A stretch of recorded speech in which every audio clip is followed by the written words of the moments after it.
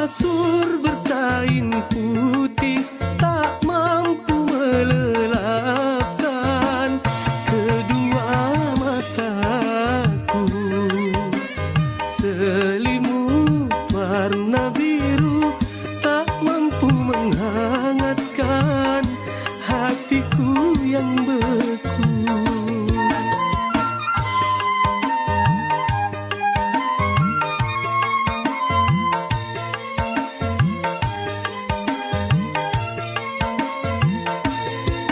Bantal dan guling ini tak mau berbicara saat ku bertanya.